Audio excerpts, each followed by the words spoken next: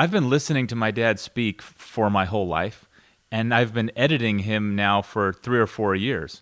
And every video that we make and put out, I had to listen and go through that video 5 or 6 times, as well as filming it. And I think I'm probably the world's most premier expert on Essential Craftsman's communication skills. The first thing that has to be mentioned is that my dad has read a lot. Now, he would tell you he's not reading that much these days, but he is still reading. He's got books that he's working on right now, and he reads at least a little bit every day. But when I was a kid, he was reading a lot. And I mean real literature, classics, some stuff that was, I don't know about technical, but certainly heavy duty. Also some fiction and science fiction, but he was just consuming a lot of information that way. And I think that had a big impact on the way he uses words, the vocabulary itself, the way he's sequencing them and lining them up. And might be able to stand there and defend it. I mean, remember what C.S. Lewis said, or what he quoted, that two of a trade never agree? You may have noticed that he doesn't sound like a common tradesman when he speaks. And I think a big reason for that is this base that he's built up by reading and consuming books. The next item that is not visible through our videos, you just can't see it, but he has practiced a lot. Before we started making videos, he was teaching in church settings and educational settings like youth groups and such. He has experience in a band setting, which is similar, being in front of an audience, being in front of people.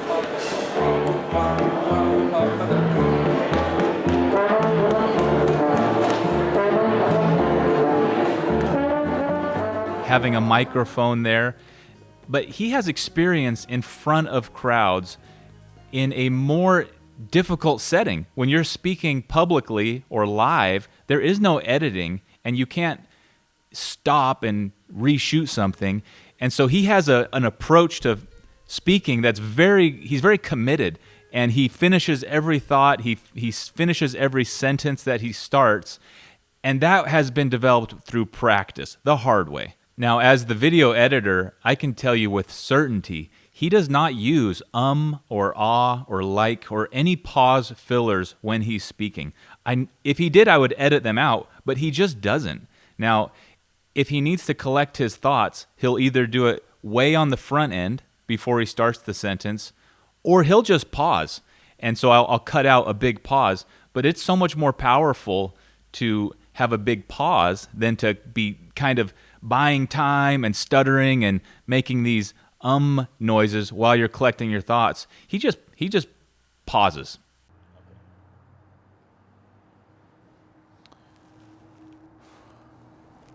So everybody thinks about building a house, building their own house. I should say, though, he does have one speaking tick, I'll say, that I do edit out, and it is a little annoying for the editor. He starts almost every sentence with so. So in any case, so I've got, and so it depends on what kind of. So I'm holding 3 pieces of carbon steel that have been broken. Maybe not every sentence, but a lot. I don't think that's actually a bad thing, because it's like a habit. You know, he uses it as like a jump start. Like, you know, that's the way he leads into sentences. It's easy to edit out. I don't think it's off-putting in real life to speak that way. So if you're gonna have a tick or a habitual word, maybe have something on the front end. Try not to break up your sentences or your thoughts once you get deep into them. Number 4, and even though I just said he doesn't use fillers and he speaks as if it's live, don't forget that our videos are edited, and that makes anybody look and sound better. You can see a lot of the cuts, but a lot of them, there will be B-roll or video footage rolling over the space where a cut was made. So just like a photograph that's stunningly beautiful, that's been edited, it is beautiful, but it's not exactly what it looks like in real life, or at least not exactly what it looked like when that picture was snapped. The same is true with his videos. We edit them, we take the best takes, and sometimes we will try things a few times for him to get it out the best way. Let me try that again. Yeah. Let me back it off. Yeah, it could be shorter and lighter duty. Number 5, and I can't say if this is generally good practice or the way that public speakers should be. But I've noticed that my dad doesn't use all that many hand motions or big physical movements. Now, he does occasionally. For example, with a microphone, it can be a habit to move it around, and I've struggled with that. It's a fidgeting thing or grabbing something on the table. When he sits down to film, I've noticed sometimes I'll scrub and make it high speed just out of curiosity. He'll just be locked like a statue in one position. I think that's helpful because his brain and his focus is completely on the words. He's not also worrying about, twirling a pen or a pencil or something. So he doesn't use a lot of hand motions, and I think that makes for a more powerful presentation. It also makes it extra impactful when he does use his hand. If he lifts his hands up, that's the first time that's happened in a while, and it really adds some drama to the point. And if his hands were flying all over the place the whole time, it would get old and it wouldn't have the same impact. Now, to wrap this up, you have to remember that he's practiced a lot. When you're a young person, it can be hard to visualize the decades that have gone by. He's 62, and so there's 40 years. If you're 20, he's 60. There's 40 years that he's been speaking publicly, reading, practicing to get where he's at now. And it's easy to think, well, a couple months I should be at that point. And maybe you can, but he has spent a lot of years honing this skill and practicing. And if you're older, I'm 37 and I'm just paying attention to this. If you're even his age, you have to think about that as well.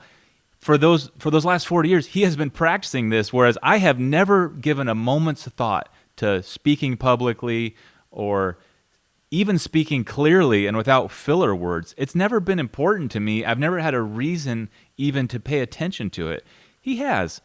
And so even if you're older in your life like I am, if you're just developing these skills, you may be starting from ground zero, even if you're, middle of your life like I am. My wife just reminded me. That sucked. Now, it should be mentioned that there are some people who have a natural talent or skill at this. And I think my dad has that as well. There's something more going on there where he's just naturally able to speak in a way that holds people's attention and is interesting. So if you have that, lucky you. If you're like me and you don't, I think by reading, by practicing, by being conscious about cutting out those filler words, and by learning. There's some good channels. I was watching the Charisma on Command channel, and they have some videos about this where there are techniques and skills that I think were helpful, and certainly for me, are giving me new ways to think about it. So if you are interested in learning more about this, I would point you in that direction. But maybe the most important thing you can do is pay attention to the people you know who do speak well and see if you can notice things they do that work. If you can implement those into your own conversation and communication, well, there you go. You picked up a new trick. Thank you for watching this video. This is our second channel where we are having a much wider grab bag of content, including stuff like this. So if you're a diehard fan, you're in the right place. If you're here for the blacksmithing and the carpentry, I would recommend keeping you over on the main channel is where you'll find that stuff. Thanks again.